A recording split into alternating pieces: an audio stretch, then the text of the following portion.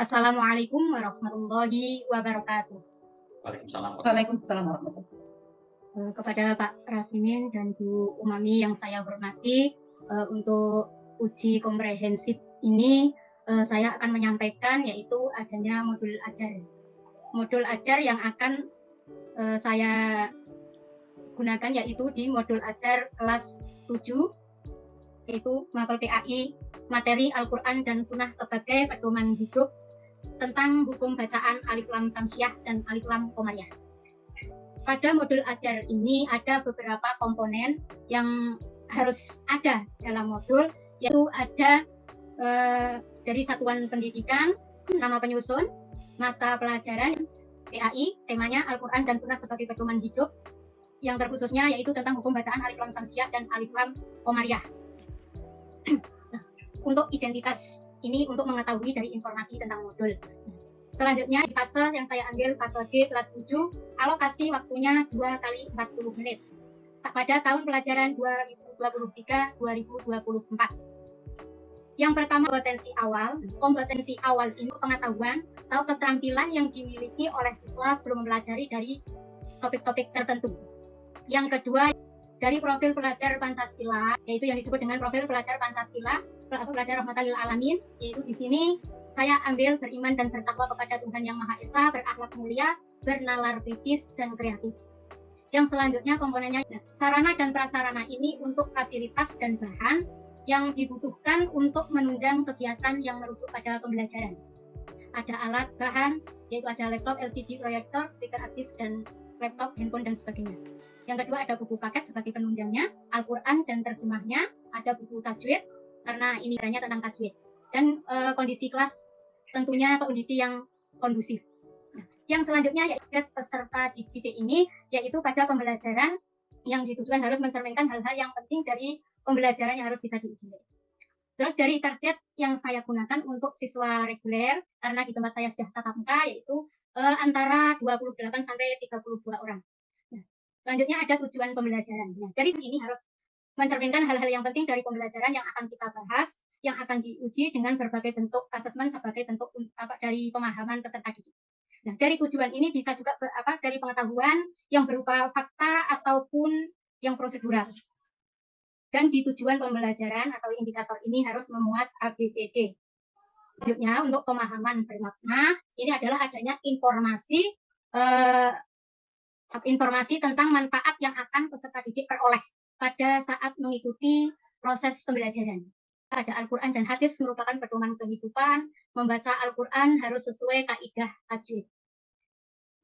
Yang selanjutnya pertanyaan pemantik ini adalah pertanyaan pancingan, pertanyaan yang dibuat oleh guru untuk menambahkan rasa ingin tahunya ke kemampuan berpikir dari peserta didik yang berpikir kritis dalam diri peserta didik tersebut. Dan selanjutnya model pembelajaran yang digunakan saya pilih inquiry learning. Nah, dari inquiry learning ini karena model pembelajaran tersebut yang memberikan gambaran pada siswa untuk pelaksanaan pembelajaran untuk rasa ingin tahunya siswa tersebut dan bisa mencari sendiri.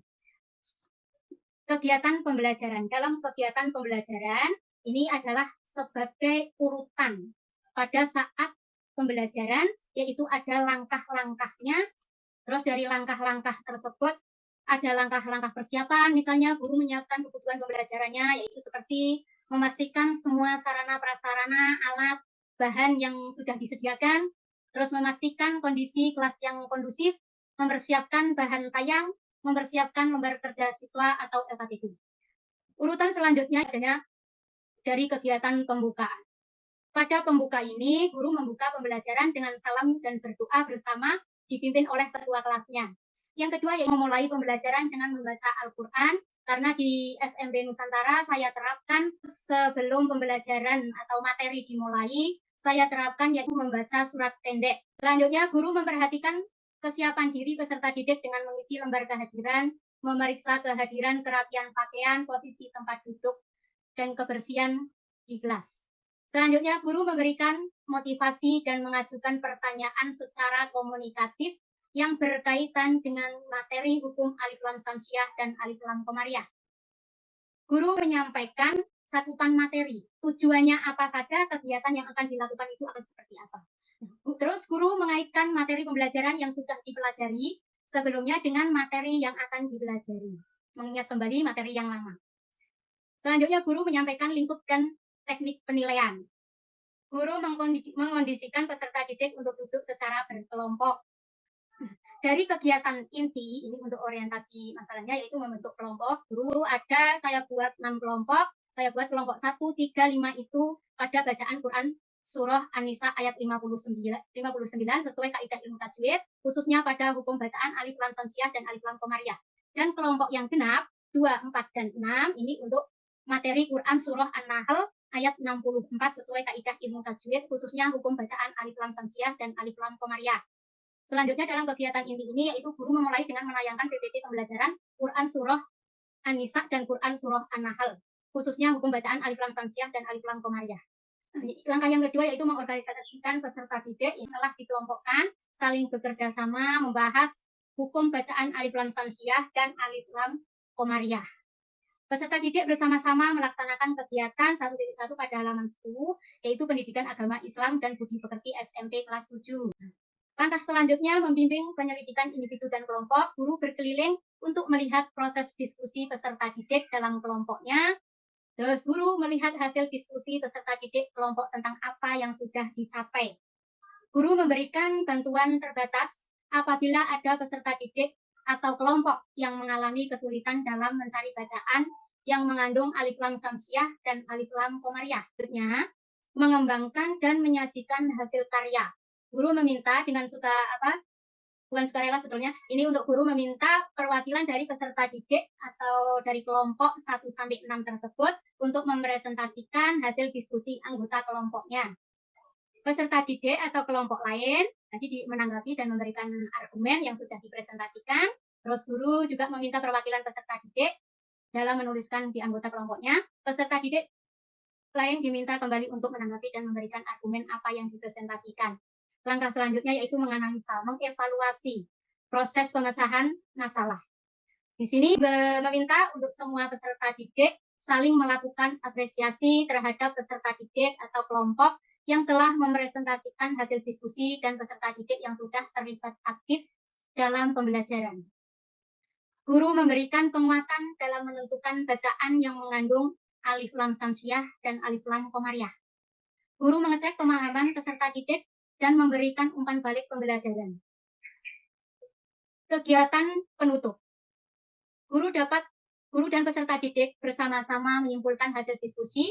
Yang kedua, guru bersama peserta didik melakukan refleksi mengenai pembelajaran hukum bacaan alif lam samsiah dan alif lam komariah. Terus guru mengkonfirmasikan materi yang akan dibahas pada pertemuan berikutnya. Guru juga memberikan tugas di rumah untuk mengembangkan kemampuan literasi dengan mencari bacaan alif lam samsiah dan alif lam komariah selain pada Quran Surah An-Nisa dan Quran Surah An-Nahl. Baik, cukup. Oh ya, stop dulu. Ya, Bu Fuji, ya tadi sudah memaparkan modul ajar ya. Namun sekarang kita bergerak dulu langsung ke BTQ yang sudah tersedia begitu. Oke, baiklah, ini monggo silahkan Bu Fuji untuk membaca dulu ya. Poin 1 dan 2 silahkan dibaca. Poin 1. Bisa kelihatan ya? Bismillahirrahmanirrahim. Waqsid fi masjika waghdud min sautik. Inna ankaral aswati la sautul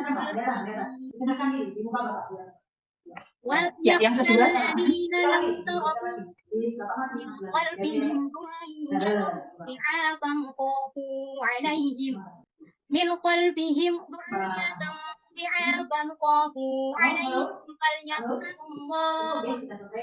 falyattaqullaha wal yaqulu qawlan sadida. Ya, Al-Imran. Baik, silakan. Oh ya. Bismillahirrahmanirrahim. Inna fi khalqis samawati wal ardi wa ikhtilafil laili wan nahari la ayatin lil albab. Ya. Baiklah ya.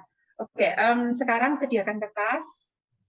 ya untuk ditulis ayat 1 dan 2 surat Al-Ikhlas ya. Sudah? Ya. Ditunjukkan saja di layar. Terus Nah, kira-kira teori belajar apa yang digunakan untuk dasar di dalam penyusunan modul ajar itu? ini bioheuristik karena ada sangkut pautnya dengan kerja kelompok itu. Kemudian bagaimana Bu Puji di dalam mengembangkan tujuan pembelajaran? Bagaimana caranya? Ketika elemen apa tadi Bu Puji yang akan diajarkan? Al-Quran. Al-Quran. Kemudian bagaimana mengembangkan tujuan pembelajaran yang ada di dalam modul ajar tersebut? Untuk mengembangkan dari modul ajar yang saya pilih tentang elemen Al-Quran, dari tujuan pembelajaran ini nanti yang akan ada rincian lagi dari indikator-indikator pencapaian tersebut, maka dalam pencapaian atau di kompetensi itu harus menggunakan kata operasional yang terdapat pada level kognitif. Kalau misalnya ambil kita yang hot, yaitu dari kognitif C4, C5, C6. Itu berdasarkan Permendikbud nomor 30. Oke. Kemudian bagaimana caranya menyusun alur tujuan pembelajaran yang Bu Puji lakukan? Untuk menyusun alur tujuan pembelajaran, saya ambil pertama kali dari CP-nya dulu.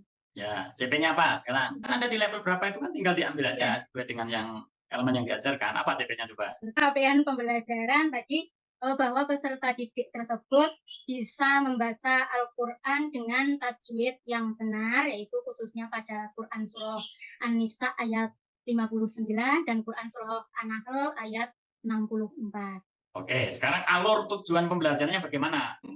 ATP-nya bagaimana penyusunannya? Untuk ATP saya ambil dari tujuan pembelajaran, terus saya kembangkan menjadi ATP yang tadinya membaca dari tujuan membaca peserta didik tersebut dapat membaca Quran Surah An-Nisa dan An-Nahl dengan benar.